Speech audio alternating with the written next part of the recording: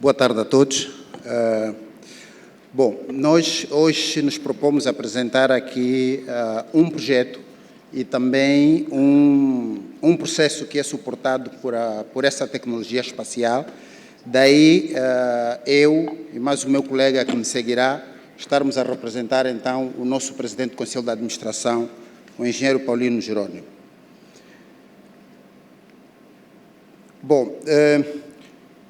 Para quem não está familiarizado com a indústria petrolífera em Angola, portanto, eu gostaria só de mostrar como é que é, na verdade, o modelo de governo da indústria petrolífera em Angola.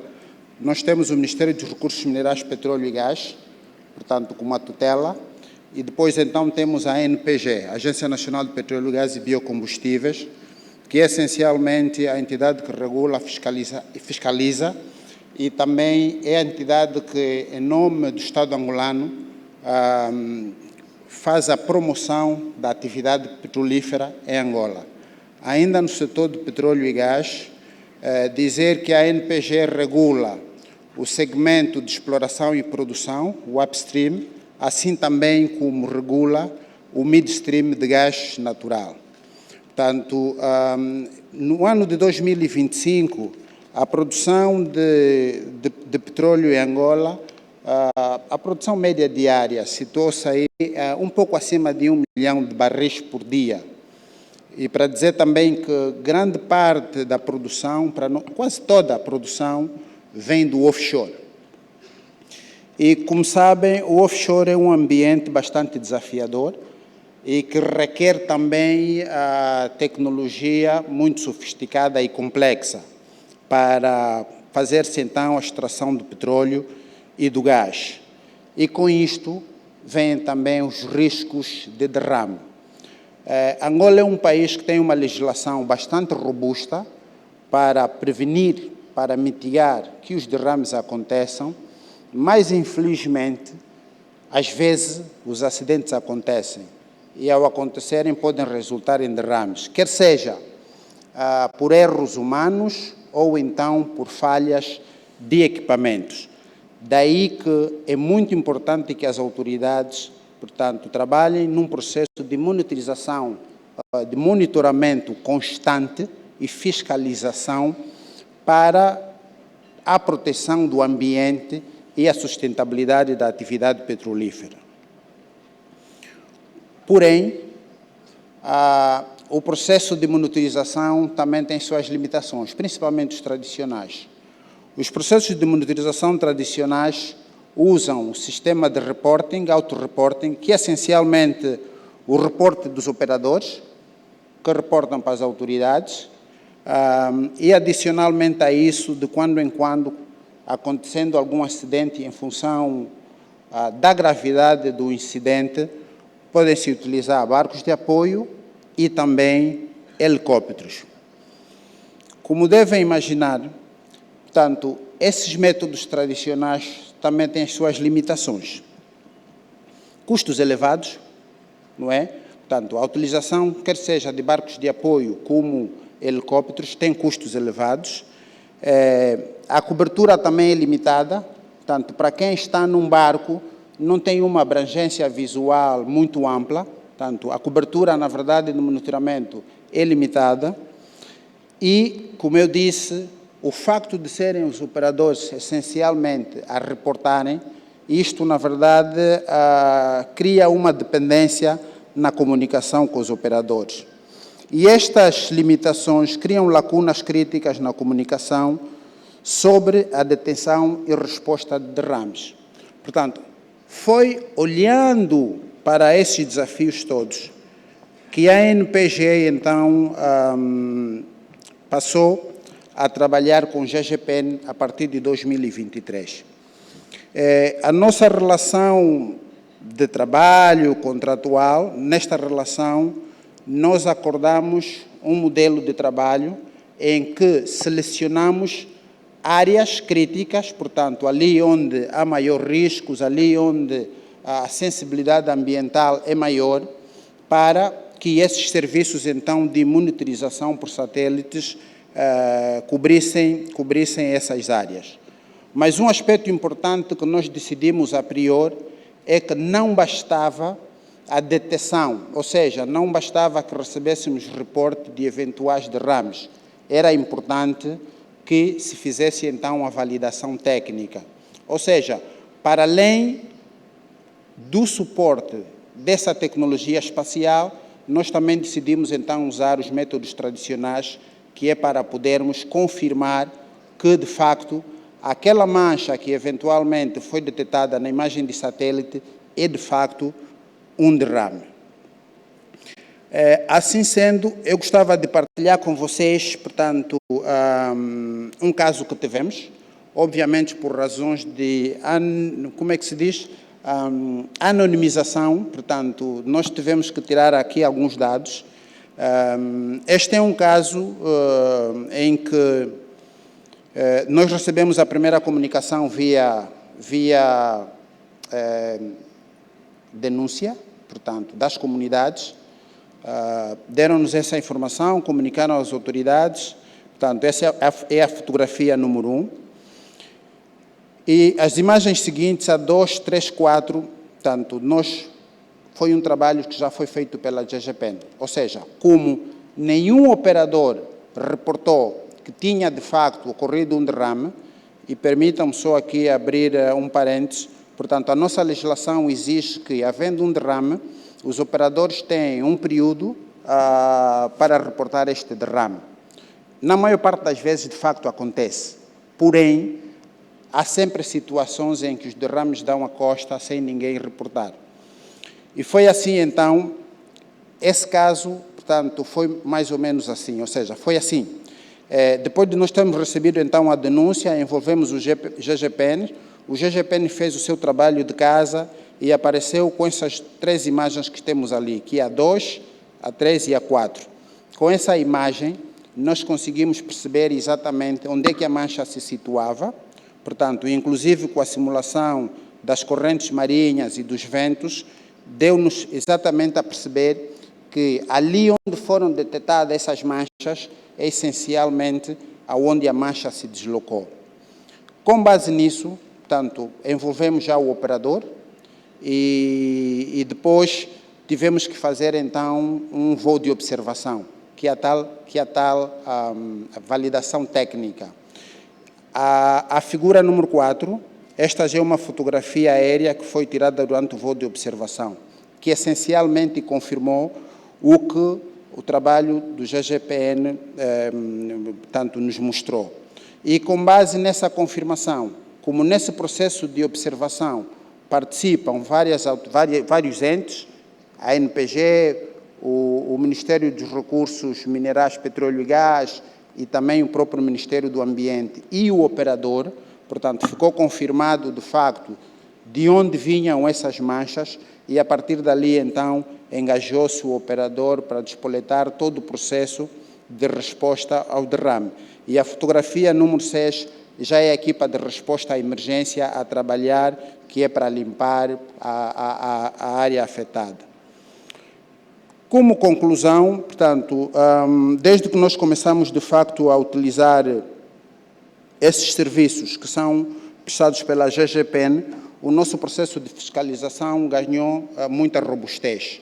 E, para além de ter ganhado muita robustez, deu-nos uma independência, porque se anteriormente nós dependíamos essencialmente das informações vindas dos operadores, hoje nós temos uma informação independente que nos permite, então, fazer a verificação daquilo que os operadores nos informam.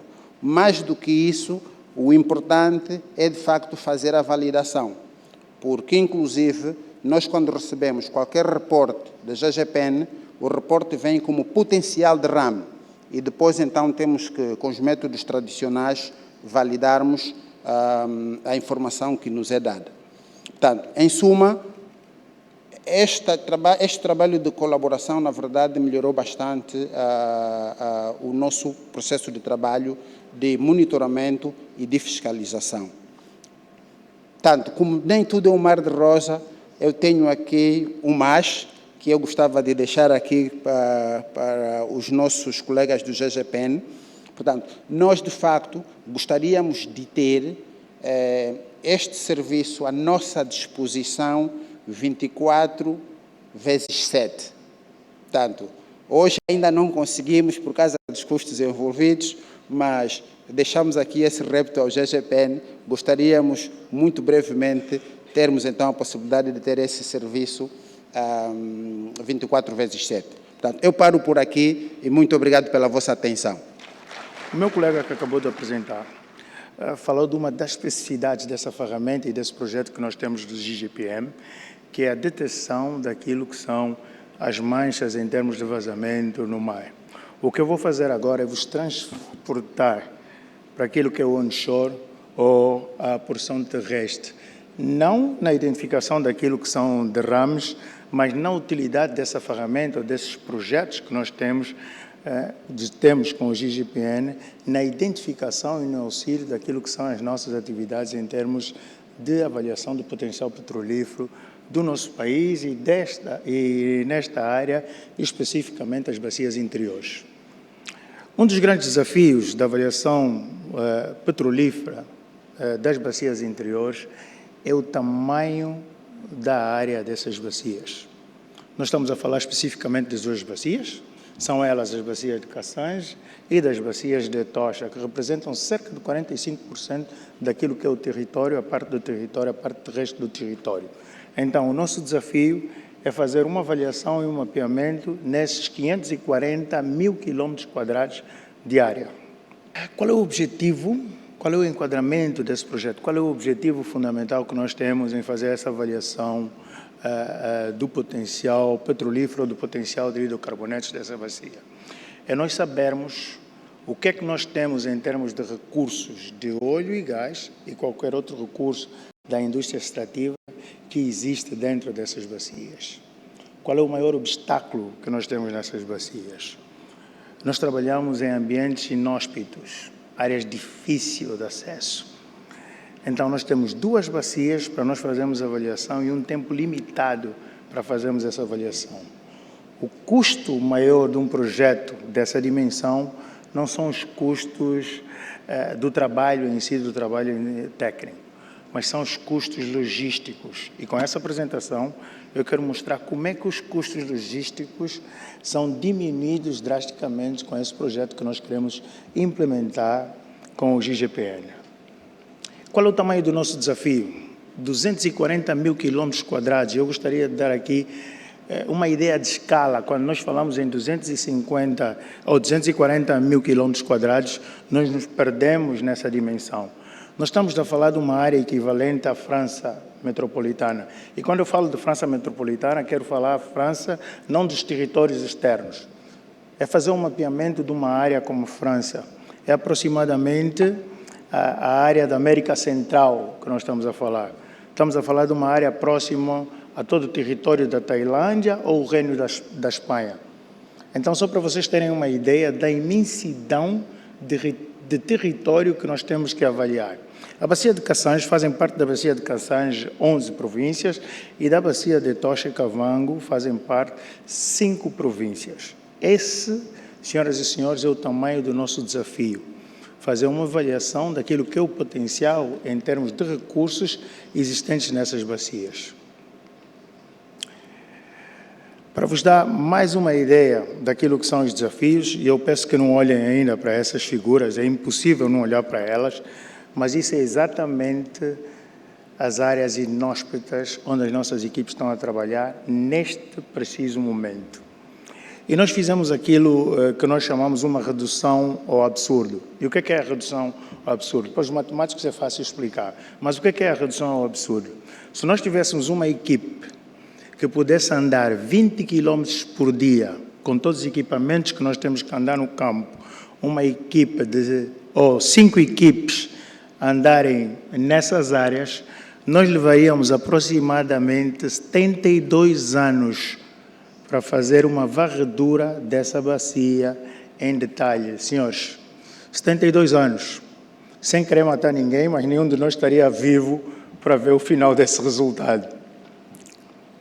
O que é que esse projeto traz para nós? Esse projeto traz para nós a redução desse tempo de avaliação. E não só, faz com que nós façamos um pré-planeamento daquilo que é a nossa atividade no campo. Antes de nós colocarmos a equipe no campo, nós já temos a ideia de quais são as dificuldades que essas equipes vão encontrar.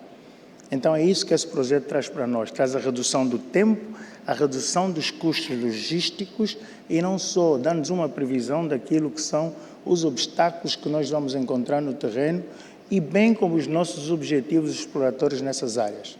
É isso a importância desse projeto que nós temos com o GGPM. Quais são as grandes dificuldades que nós encontramos nessas bacias? Eu acabei de falar, nós temos dificuldades de acesso, que vocês viram algumas imagens. Temos dificuldades naquilo que é o suporte logístico, como é que nós fizemos a logística chegar nessas áreas inóspitas, e temos um déficit muito grande em termos de planificação. Além dos custos logísticos, que representam 60% daquilo que são os custos do projeto. Então, essa ferramenta faz a redução de todos esses custos e diminui a complexidade daquilo que é a nossa atividade no campo. É esse o impacto que essa ferramenta tem nas nossas atividades. Antes de eu saltar para aquilo que são os resultados esperados, além desses dois projetos que nós estamos a levar a cabo com o GGPM, que é a identificação daquilo que são os derrames, como o meu colega acabou de dizer, o que demonstra que a agência não está só voltada para aquilo que é a extração dos recursos minerais, e nesse caso óleo e gás, mas também nós estamos a olhar para aquilo que é o meio ambiente. Então, a implementação de um projeto como este demonstra que não estamos a olhar apenas para a extração, mas nós temos consciência daquilo que é o impacto que nós causamos no ambiente e estamos também a olhar para essa área. Uma das outras áreas que nós pretendemos implementar o projeto, ou alastrar o projeto, é na área de biocombustível, na identificação daquilo que são as biomassas. E nós vimos aqui alguns dos exemplos que o colega Guilherme acabou de mostrar, mas também é uma das outras áreas que nós pretendemos estender o nosso projeto. Quais são os nossos resultados esperados? Os nossos resultados esperados é nós termos as nossas equipes no campo e eu ter acesso a toda a informação que os técnicos estão a ter no campo em real time, ou em tempo real. É nesse momento que eu estou aqui a falar com vocês, as equipes estarem no campo e eu receber a mesma informação e poder interferir no trabalho dessas equipes, porque eu tenho mais dados nos escritórios ou eles têm os mesmos dados que eu tenho no escritório, em tempo real, sem esperar os dados serem enviados em 24 horas depois. Esse é o grande impacto que nós vamos ter nesse projeto. E com isso nós podemos fazer modificações em tempo real nas atividades dessas equipes no campo. Os mapas que nós vos apresentamos agora são algumas das áreas onde nós já percorremos, mas nós pretendemos revisitar essas áreas com essas tecnologias todas que estão a ser usadas aqui. No final, e eu disse que ia ser breve, eu vos deixo com essa frase do nosso PCA, que tem sido o nosso drive ou o nosso guia naquilo que são as nossas atividades. Resumidamente, nós entendemos que a tecnologia, meus senhores e minhas senhoras, é a extensão do conhecimento. E nós teríamos, no mínimo, a ser levianos se nós não usássemos esse conhecimento. Obrigado pelo vosso tempo, senhores.